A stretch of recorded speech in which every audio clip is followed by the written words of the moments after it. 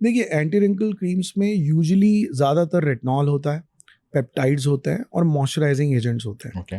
तो रेटिनॉल हमारा cell turnover time बढ़ा देता है, तो आपकी स्किन थोड़ी एक्सफोलिएट करने लगती है, तो उससे थोड़े फाइन लाइंस और थोड़ा सा स्किन टाइटनिंग इफेक्ट आता है। बट इसमें भी एक बहुत बड़ा कैच है, मेरे पास बहुत से लोग specially I would say 50s में और 40s में इवन 60s में आते हैं एंड ये सोशल मीडिया रील्स देख के आते हैं और I have seen them landing in trouble, चेहरा जला के आते हैं।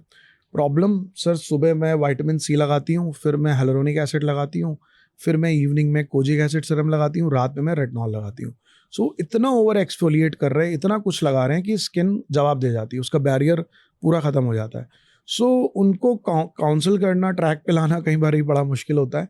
सेकेंडली, एंटी एजिंग सिरम्स वगैरह एक हद तक काम करते हैं, ये एजिंग को रिवर्स इतना नहीं कर सकते to be honest with you, but हाँ ये एज डिलेइंग कर सकते हैं, इसका प्रोग्रेशन हॉल्ट कर सकते हैं। ओके। हॉल्ट भी नहीं, मतलब स्लो कर सकते हैं कि जो एजिंग 5 साल में होनी वो 10 साल में होगी, अगर आप सही तरीके से यूज़ कर रहे हैं।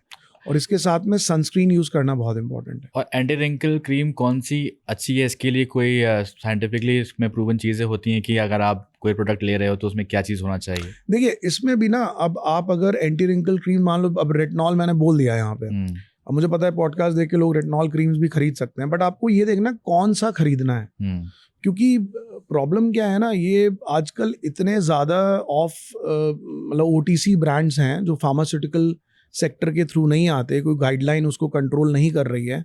सो ब्रांड्स भी दो तरीके के होते हैं, ओवर दी काउंटर होते हैं, मतलब you can have your own Syed serum and you can sell it online and nobody is going to ask you. और एक होता है जो फार्मास्यूटिकल के थ्रू जिसके ट्रायल्स हो रहे हैं, रैंडमाइज कंट्रोल ट्रायल होते हैं, ब्लाइंड कंट्रोल ट्रायल्स होते हैं, डबल ब्लाइंड कंट्रोल ट्रायल्स होते हैं। तो उनको फिर उस तरीके से जब पेपर पब्लिश होते हैं उसके, तब वो बाहर आते हैं मार्केट में और डॉक्टर्स लिखना शुरू करते हैं, फिर वो बात अलग है, फेमस हो जाते हैं तो फिर सभी लोग खुद खरीद के लगाने लगते हैं।